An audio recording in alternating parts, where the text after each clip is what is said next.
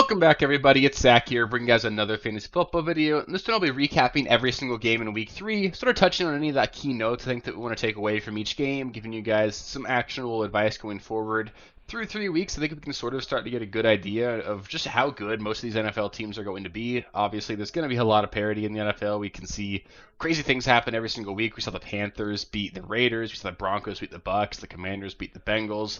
A lot of things are going to happen every single week that are going to surprise us. But I think as the season goes on, we're going to get more and more information about what to expect from each of these teams. And it's important to sort of react from each of these things, take what we can, and put it towards what we take and do going forward. Just sort of analyzing what happens in each game without overreacting is going to be really key to making sure we're making the most actionable decisions going forward. And a lot of fun football happened this weekend, so it was really fun to watch. A lot of really weird things happened as well. I had one league 2 weeks ago, or week 2, I put up like the best score I've ever had in that league, and then this week I was like the second lowest scorer. Same team, 2 totally different weeks, so don't overreact to whatever happens here. It's only week 3. There's a long way to go this season. Let's just make sure we get better and better each week, and that way we'll be in good spots coming into the playoffs here. Starting things off for the Thursday Night Football game between the Patriots and the Jets. The Patriots are probably really bad. I know we saw them beat the Cincinnati Bengals in Week 1. Honestly, that might be more of an indictment on just how bad the Bengals might be than anything else. We saw the Bengals drop 0-3 this week, so there's nothing to really suggest the Bengals are going to be a dominant team this season. Ramondre was a dud in this one. I do still think he's a low-end RB2. I just obviously a really bad outing here, really bad game script. We saw Ramondre fumble. They didn't really use him as a pass catcher very much. The Patriots just couldn't stay on the field at all. Running back's really difficult every single week. I think you're still playing Ramondre as a low end 2 unless you happen to have at least 2 really solid options, but I'm not afraid to start Ramondre going forward. Just don't expect him to continue what he did over the first 2 weeks. I don't really want any pass catchers in New England. I know Demario Douglas had a decent game here. We saw Hunter Henry come back down to earth. I think if you have to play either one of those guys, you can, but there's no real ceiling there. I don't love it. There's not going to be a lot of passing touchdowns in this offense, and kind of just sitting back and hoping Drake May gets a shot at some point so we can maybe see a little bit more ceiling in this offense. For the Jets, they looked good. It's pretty easy to look good against the Patriots, though. The Patriots are probably one of the worst teams in the NFL. Breece Hall still a stud. We saw Braylon Allen look fantastic, which is actually a little bit concerning for Breece Hall. It's not going to knock Breece Hall down too far, but he's not going to have that like 90% snap share, 80% snap share that we see guys like Kyren Williams, Saquon Barkley getting. I don't think he has like RB1 overall upside unless he's super efficient, and I don't really see that happening in this offense. So Braylon Allen absolutely needs to be rostered in every single league, and then Garrett Wilson continues to look underwhelming. It's just not really a focal point of the offense. Still scored a touchdown in this one, so it was good to see him still get in the box score with a decent outing here. But I would look to sell high on Garrett Wilson. I'm just becoming more and more skeptical that he's actually going to be the kind of player that can be a dominant fantasy performer for us. Next up, we've got the Giants at the Browns here. For the Giants, Malik Neighbors, he's a stud. I apologize, Mark. I know Sunday morning I suggested you play Josh Jacobs over him. That's a big L on my part. Hopefully you didn't listen, but if you did, that one's on me. Sorry about that. Malik Neighbors needs to be started every single week going forward. For the Giants as well, Devin Singletary looked really good again. He's a solid low-end RB2 for me going forward. He plays the Cowboys in Week 3 or Week 4, who we've seen get absolutely carved up on the ground. I think you can play Devin Singletary on Week 4, but obviously the game script could get out of hand there. I don't necessarily think the Giants are a very good team still. But shocking to see the Giants go into Cleveland and win here. Great to see Amari Cooper get involved. He's going to be fine. He's had scored 2 touchdowns in this game. Looked good from the jump here. I did get a little bit banged up near the end of the game, so keep an eye on that. But I still think Amari Cooper is going to be a solid, like low-end wide receiver 2 the rest of the season. And I kind of think we can just play defenses against Cleveland. They throw the ball a ton. Their offensive line is bad. Deshaun Watson's bad. They're going to get sacked a ton. Turn the ball over a lot. I think we can really target Cleveland as a decent matchup for defenses so far going forward. Next year, we've got the Eagles at the Saints. This one kind of sucked. I know we were expecting a lot of fireworks in this one, and we ended up with a 15-12 finish, I believe, here. And obviously not the fireworks we were hoping for, but for the Eagles side of the ball, Saquon might be the running back 1 this season. I think if we were going to redraft, there's a case to be made for Saquon being the first player off boards. Touching the ball on 45% of snaps so far for the Eagles. That is elite usage. It was great to see him house a 65-yard touchdown in this one. He's being used as a pass catcher, as a goal line back. He is a feature running back in what should be a good offense. So love Saquon going forward. If you drafted him, hopefully you're just going to ride that. The Eagles, it does look like they need A.J. Brown back. I hope Devonta Smith is okay. He had a bit of a dirty hit on him, left the game with a concussion here. We'll see if he can play in Week 4, but I wouldn't necessarily expect him to. It looked like a pretty brutal injury there. Hopefully he's okay and come back. A.J. Brown also going to be questionable for Week 4, so a lot of question marks there. Goddard went God mode here. It was nice to see it. That's really in the range of outcomes. He went 10 for 170. We've known for a while that Goddard's a really talented player. The opportunity's just not normally there. But if we see the Eagles miss both A.J. Brown and Devonta Smith next week, there'd be a case to be made for Goddard being the tight end one next week in fantasy. They play the Buccaneers. That's a good matchup as well. The Saints came back down to earth in this one. It was nice to see Olave break out a little bit, though. 6 catches for 86 yards and a touchdown. Talented player. We know he was going to break out there. Kamara, still elite, had 26 carries in this game, caught some passes. Didn't find the end zone, so didn't have that sort of ceiling performance that we've seen before, but still an elite running back, probably a top 5 back the rest of the season still. And then Rashid Shaheed let everyone down here with a 0 right when people trusted him in their lineups. It doesn't really shake me off of him at all. His usage was really good. Was targeted on 2 deep touchdowns that just didn't quite land, but hit him. They were good passes, just didn't quite come down with him. It was good coverage as well. So still a boomer bust flex play here. There were plenty of opportunities here. I believe he had 7 targets. Just didn't really work out there. So I'm not scared off of Shaheed. Just don't expect him to be like a top 15 wide receiver like he was early on. He's going to have a lot of booms and busts here, but he'll be more involved. It's just Saints couldn't get anything going here. It was a weird game environment. I think they'll bounce back in week 4, so I think Shaheed's still a solid flex play going forward. Next up, we've got the Texans at the Vikings, and oh boy, I think the Vikings do have an elite defense. They're actually just a really good team, believe it or not. So the Texans struggled in this one. I don't think there's really anything to take away from that, though. Nico Collins, still the wide receiver 1 there. Stephon Diggs was really involved, had 9 catches for 94 yards. Tank Dell sort of saved his game a little bit at the end with a couple receptions and did leave with a minor injury.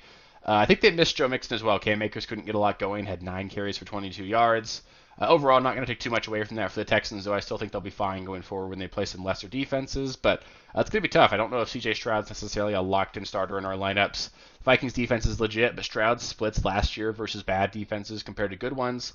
Really big difference there. So I think we might want to view Stroud as a more matchup-dependent starter than what we were hoping for going forward. For the Vikings, Justin Jefferson's elite. They got out to a huge lead and didn't need to use him in the second half of the season, so obviously didn't put up that monster performance like he could have.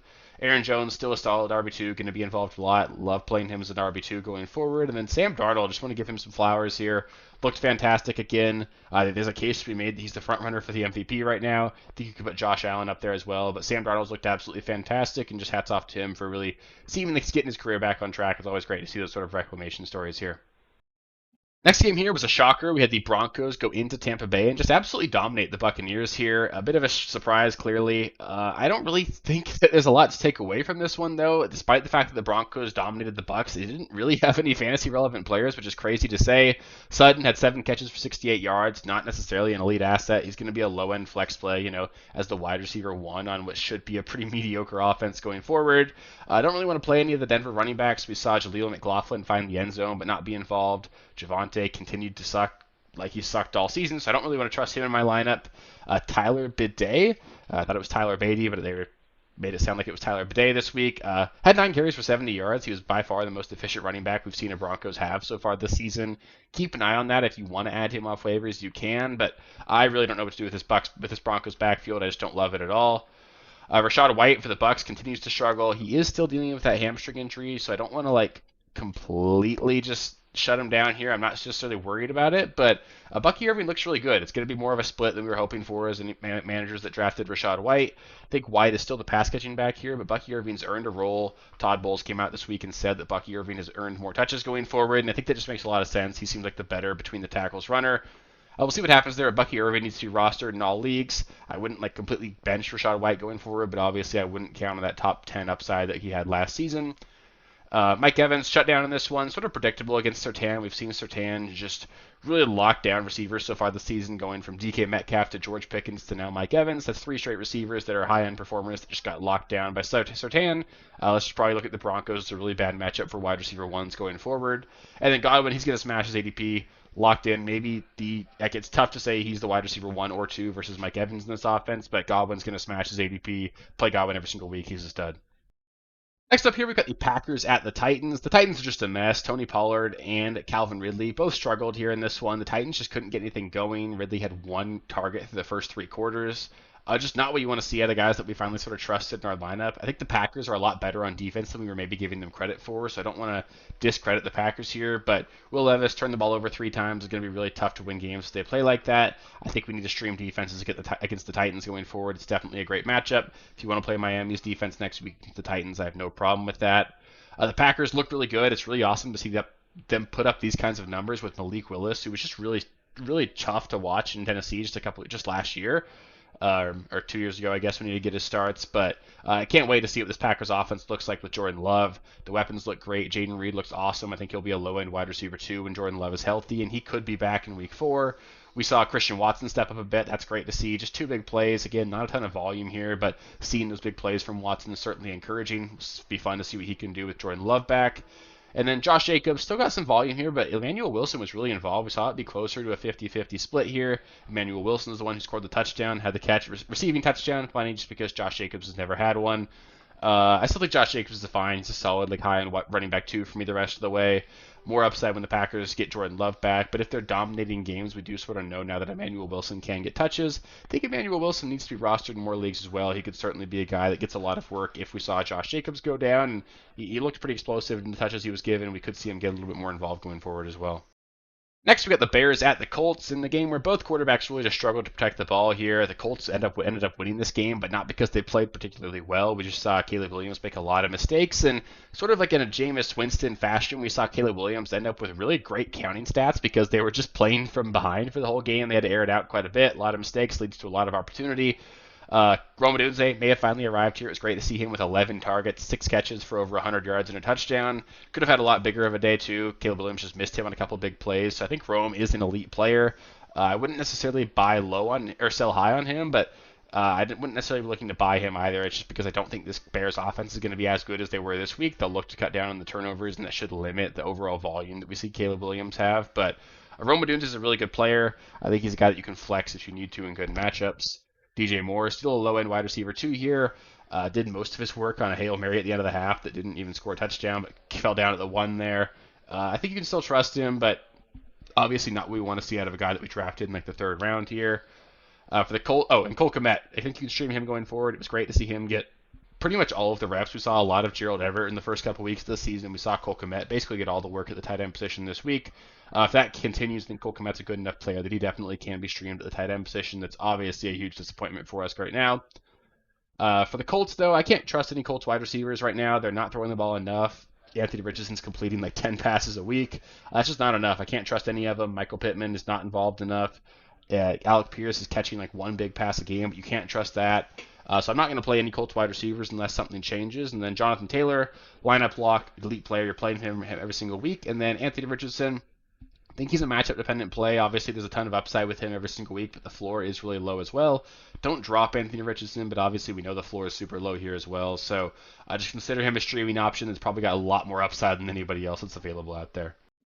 Next up here, we got the Chargers at the Steelers, and we really did get what we expected here. A ton of rushing volume, no real offense here. Quentin Johnson scored for the Chargers. I wouldn't put a lot of stock into that. We did see Justin Herbert leave this game with an injury. It sounds like he'll be questionable over Week 4 in a matchup against the Chiefs. I'm not playing a pass catcher for the Chargers next week regardless. The Chiefs are an elite defense. They haven't looked good anyway, so I'm not trusting that. J.K. Dobbins should be fine. It was nice to see him get a lot of volume again, caught a couple passes, but we did see what's going to happen for Dobbins if he doesn't have the big play or a touchdown. So this is about the floor for J.K. Dobbins. I wouldn't worry about it. We sort of expected this going into a tough matchup against Pittsburgh, but just know that, the floor is less than 10 fantasy points if things don't break right for him, but don't be turned off by that. We should have known that going into Week 3.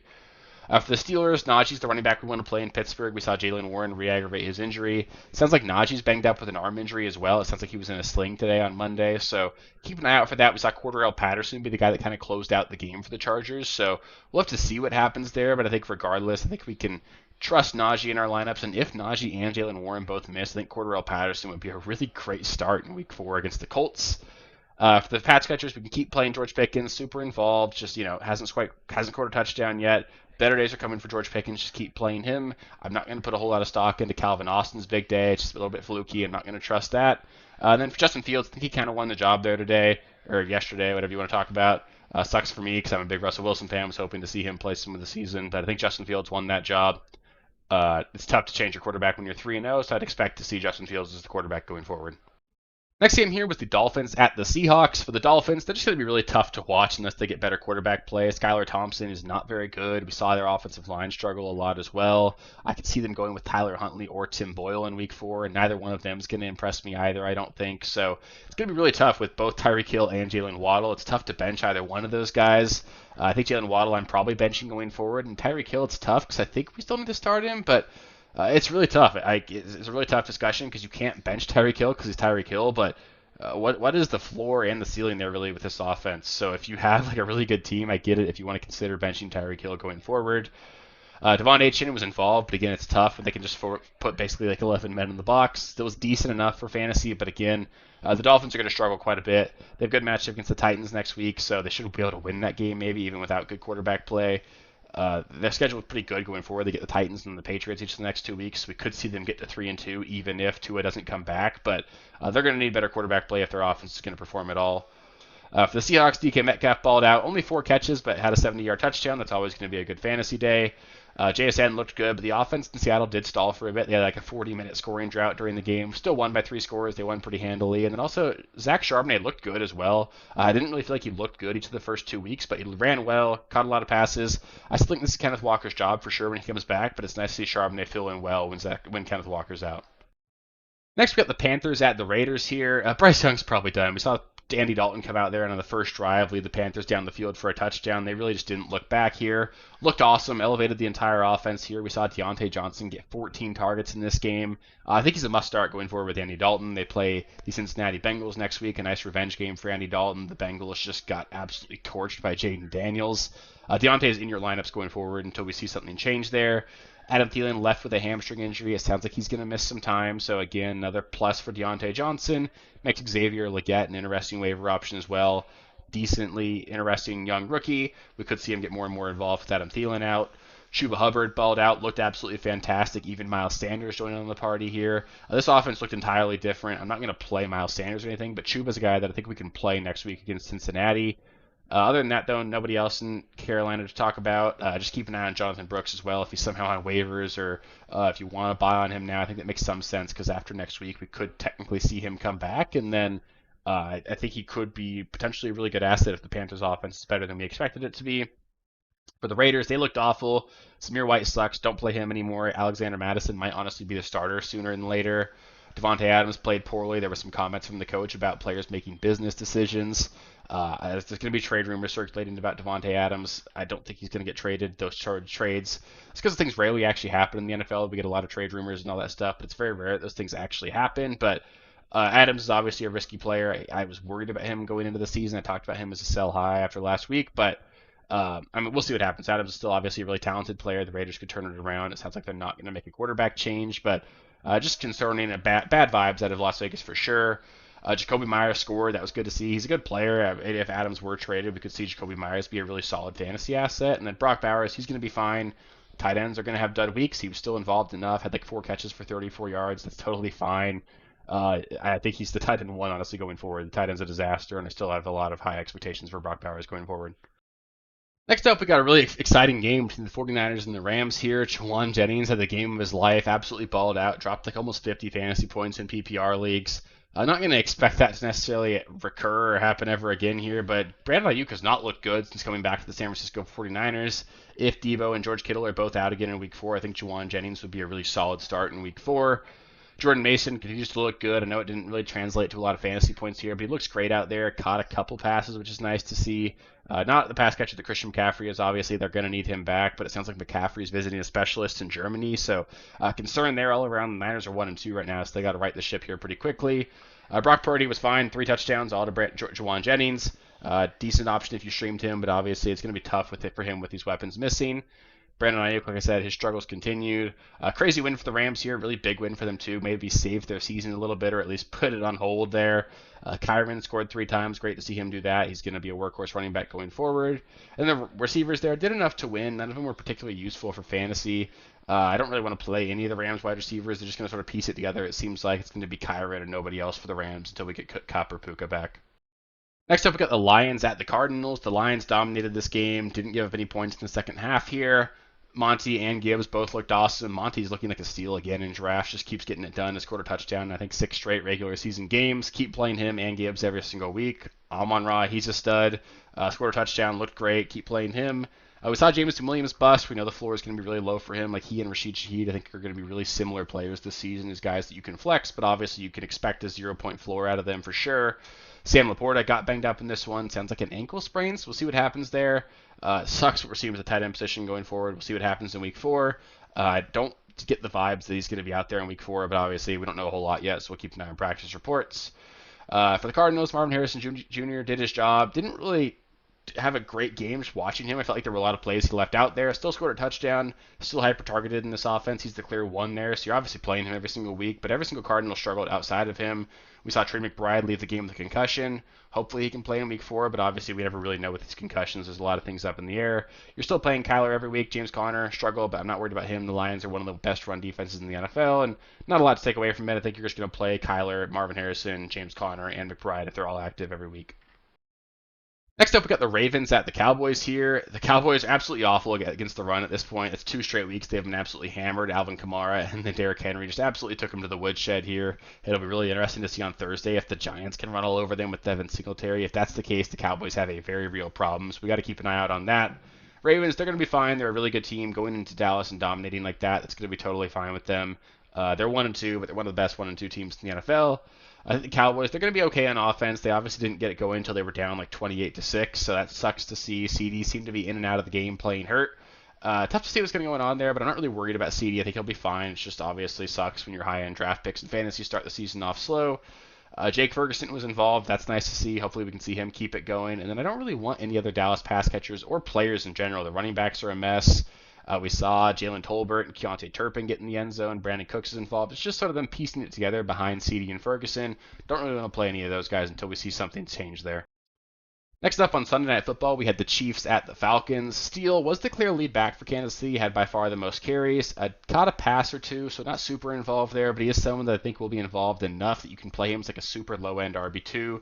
Didn't score a touchdown. You're going to need him to score touchdowns to be a quality fantasy start, I think, going forward. Kansas City continued to struggle on offense a little bit. Kelsey continues to be a dud. Had like 7 fantasy points, which I guess for a tight end is not all that bad at this point, but obviously not what you drafted Kelsey to do. Rashee Rice set a career high in receptions. He's going to be a beast. Could easily be the steal of the draft so far. So play Rashee Rice every single week, but maybe that's it for the Chiefs. I think you consider Patrick Mahomes as like honestly a streaming caliber quarterback. He hasn't broke 20 fantasy points I think he's done it in 3 of the last 17 games. So not good. He's not a high-end fantasy option. I think you can look elsewhere than Mahomes if you need to. Don't drop him, obviously, but he's not an every-week starter. I'm serious. I'm just saying don't draft him because of that. They don't need him. Their defense is really good. They're going to lean on the running game. They don't really have elite weapons to take it over the top. You don't need to force Patrick Mahomes into your lineup every single week.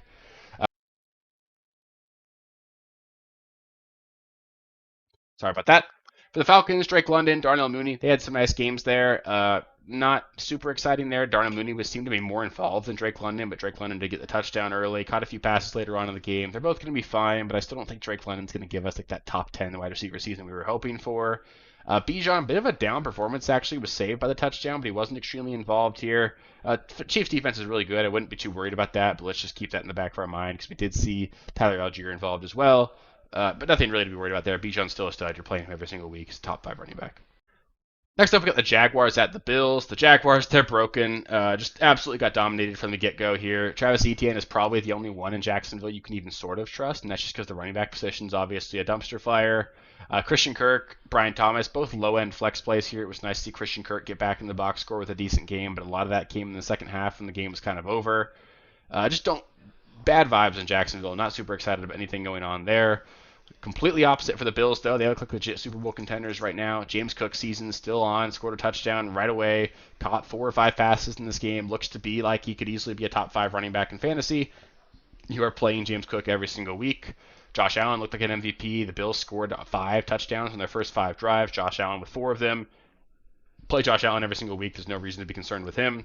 Khalil Shakir seems to be the clear wide receiver 1 in Buffalo. I think he's the one I'd look to play going forward. Keon Coleman, it was nice to see him get in the end zone, but was really uninvolved other than that.